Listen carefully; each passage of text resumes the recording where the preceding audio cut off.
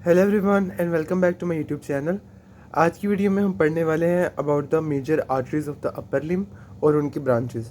तो सबसे पहले हम लोग शुरू करते हैं हार्ट से, क्योंकि हम जानते हैं कि जितनी भी आर्टरीज हैं उन सभी का जो ओरिजिन है वो ओरिजिनेट करती हैं हार्ट से। ठीक है, तो अभी हम हार्ट से ही इसकी जो हमारी अपर लिम्ब की आर्टरीज हैं उनको देखना शुरू करेंगे। तो हम यहाँ पर देख सकते हैं कि मैंने इमेजिनरी हार्ट का एक स्ट्रक्चर ड्रॉ किया है। राइट एट्रियम राइट साइड पे है, left atrium, right ventricle and left ventricle. Left ventricle से हमारे पास एक मेजर जिसको हम major artery of the body कहते हैं, दैट इज़ द अयोटा। अब जो अयोटा है वो एक आर्च की सूरत में जाता है। ये इसको हम कह रहे हैं ascending aorta, arch of aorta and the descending aorta. ठीक है, अब जो आर्च ऑफ अयोटा है यहाँ से हमारे पास कुछ ब्रांचेस निकलती हैं। ठीक है, जो लेफ्ट साइड पे है वहाँ पर आ जाएगी left common carotid artery and left subclavian artery. ये डायरेक्ट लेफ्ट साइड से सेपरेट हो गई हैं। अब जो कॉमन कैरोटिड है ये एक्सटर्नल और इंटरनल कैरोटिड आर्टरी में डिवाइड होकर आगे हेड एंड नेक को सप्लाई कर देगी।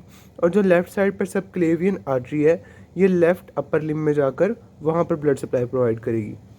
राइट साइड पे हम लोग देख सकते हैं कि राइट साइड पर एज सच दो डिवीजन नहीं हुई, बल्कि अयोटिक आर्च से एक डिवीजन है जिसको बोला जा रहा है ब्रेकियोसेफेलिक ट्रंक। अब ये जो ब्रेकियोसेफेलिक ट्रंक है ये राइट कॉमन कैरोटिड में भी डिवाइड हो जाती है और राइट सबक्लेवियन में भी डिवाइड हो जाती है। अब जो राइट कॉमन कैरोटिड है वो राइट साइड पर डिवाइड होगी internal and external carotid artery में और वो हेड एंड नेक को सप्लाई करेगी। जबकि जो राइट सबक्लेवियन आर्टरी है ये यहाँ से जाकर अपर लिम्ब की ब्लड सप्लाई प्रोवाइड करेगी। आगे मैं आपको एक टेबल की फॉर्म में बताता हूँ कि कौन कौन सी मेजर आर्टरीज हैं और उनकी कौन कौन सी मेजर ब्रांचेज हैं। ओके, तो यहाँ मैं अभी कोशिश करता हूँ कि आपको एक टेबल की फॉर्म में समझा दूँ कि कौन कौन सी आर्टरीज हैं अपर लिम्ब की और वो कैसे कैसे ओरिजिनेट करती हैं। ठीक है, तो सबसे पहले जो हमारे पास आर्टरी मतलब जहाँ से शुरू होता है origin, that is the heart. तो अभी मैं यहाँ पर हार्ट लिख देता हूँ। अभी मैंने आपको दिखाया था कि जो लेफ़्ट वेंट्रिकल है, जो लेफ़्ट हार्ट है हमारे पास बेसिकली, वहाँ से अयोटा निकलता था। तो अयोटा आगे अयोटिक आर्च में कन्वर्ट हो जाता है, असेंडिंग अयोटा। तो यहाँ पर मैं लिख देता हूँ अयोटिक आर्च। अब अयोटिक आर्च को हमने देखा था कि वो 3 डिवीजन्स में डिवाइड हो रहा था। लेफ़्ट साइड पे वो डिवाइड हो रहा था लेफ़्ट कॉमन कैरोटिड में, लेफ़्ट कॉमन कैरोटिड और लेफ्ट सबक्लेवियन। तो लेफ्ट साइड पे वो 2 में डिवाइड हो गया था और राइट साइड पे वो बना क्या रहा था, ब्रेकियोसेफेलिक ट्रंक। अब ये जो ब्रेकियोसेफेलिक ट्रंक है इसको हम कहते हैं ये राइट कॉमन कैरोटिड में कन्वर्ट डिवाइड हो जाती है और राइट सबक्लेवियन में। आगे जो राइट सबक्लेवियन आर्टरी है इसने आगे जाकर अपर लिम्ब को सप्लाई करना है और जो राइट कॉमन कैरोटिड होगी वो तो मैंने आपको पहले बता दिया कि इंटरनल एक्सटर्नल कैरोटिड आर्टरी में डिवाइड होकर हेड एंड नेक को सप्लाई कर देगी। अब जो राइट सबक्लेवियन है इसकी देख लेते हैं कौन कौन सी ब्रांचेज होंगी। सबसे पहले जो इसकी ब्रांच आ जाती है that is the vertebral artery. Vertebral artery के बाद जो दूसरी मेजर ब्रांच है that is the internal thoracic artery.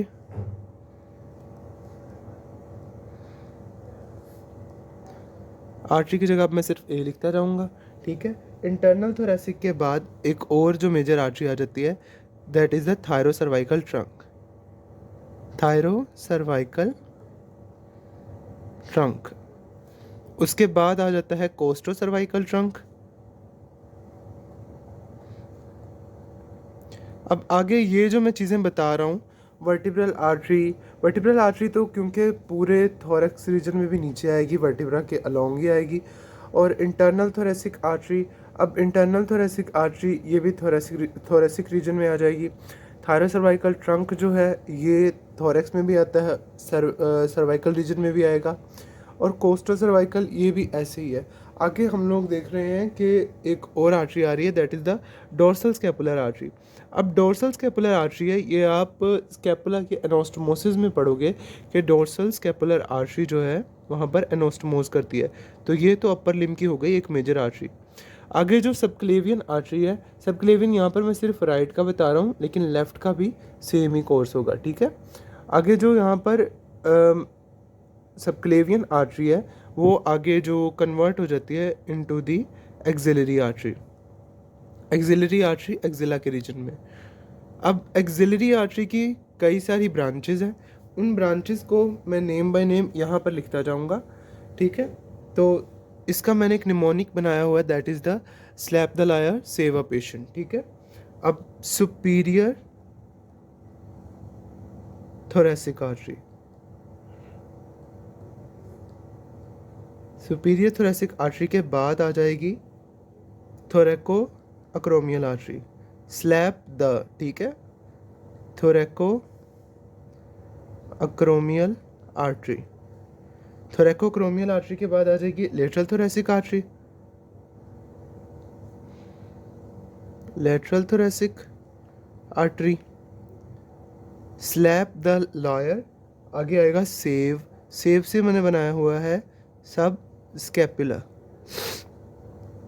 Artery. सब स्कैपुलर के बाद दो आर्टरीज और बच जाती हैं, दैट आर द एंटीरियर सर्क्यूमफ्लेक्स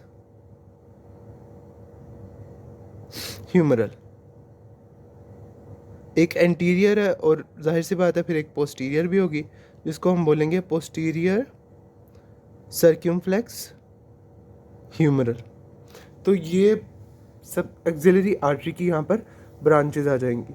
उसके बाद हम लोग देख सकते हैं कि जो एक्सिलरी आर्टरी है वो आगे कंटिन्यू हो जाती है एक और आर्टरी में, जिसको हमने नाम दिया है ब्रेकियल आर्टरी।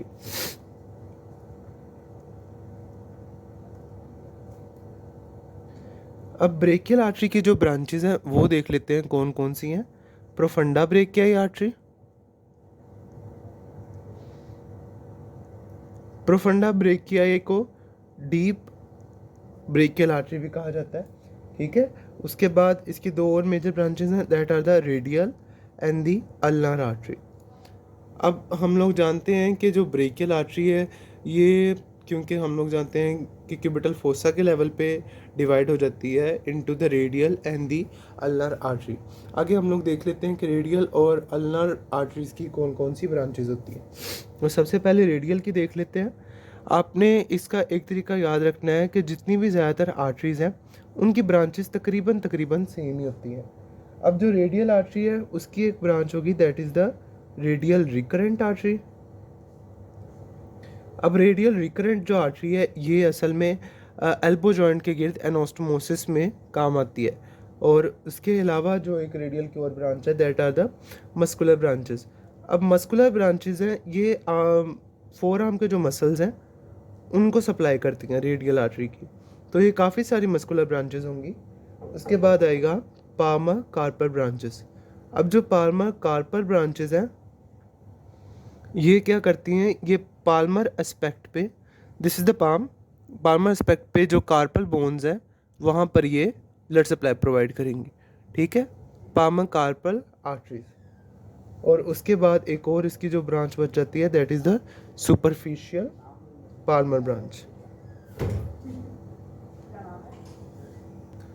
अब रेडियल आर्टरी के बाद जो हमारी नेक्स्ट आर्टरी है, that is the ulnar artery. Ulnar artery जो शुरू होती है तो इसकी हम लोग कुछ ब्रांचेस कर लेते हैं, anterior and posterior ulnar recurrent artery, anterior and posterior ulnar recurrent artery. अब ये जो रिकरेंट आर्टरी है मैं पहले बता चुका हूँ कि ये एनास्टोमोसिस में हेल्प करती हैं। उसके बाद जो अल्नर आर्टरी है ये कॉमन इंटरोसियस ब्रांच में कन्वर्ट हो जाती है, ठीक है, कॉमन इंटरोसियस आर्टरी। जो कॉमन इंटरोसियस है ये आगे दो ब्रांचेस में कन्वर्ट हो जाती है, anterior and posterior, anterior and posterior. उसके बाद देख लेते हैं कि अल्नर आर्टरी में भी रेडियल आर्टरी की तरह कुछ मस्कुलर ब्रांचेस हैं, और इसके अलावा क्या है अल्नर आर्टरी में कि इसके पाल्मर और डोर्सल कार्पल ब्रांचेस भी हैं, palmar and dorsal carpal branches. मतलब पाल्मर एस्पेक्ट पे भी ये कार्पल्स को सप्लाई करती है और डोर्सल एस्पेक्ट पे भी ये कार्पल बोन्स को सप्लाई करती है। So this was all for today. ये सारी आर्टरीज जो हैं वो अपर लिम्ब की आर्टरीज का एक मैंने चार्ट के फॉर्म में आपको बता दिया कि किस तरीके से कौन सी आर्टरी किस चीज़ से, कौन सी आर्टरी की कंटिन्यूशन है और कौन सी उसकी ब्रांच है। So that was all for today. Thank you so much and keep watching the new videos. Till then, अल्लाह हाफिज़।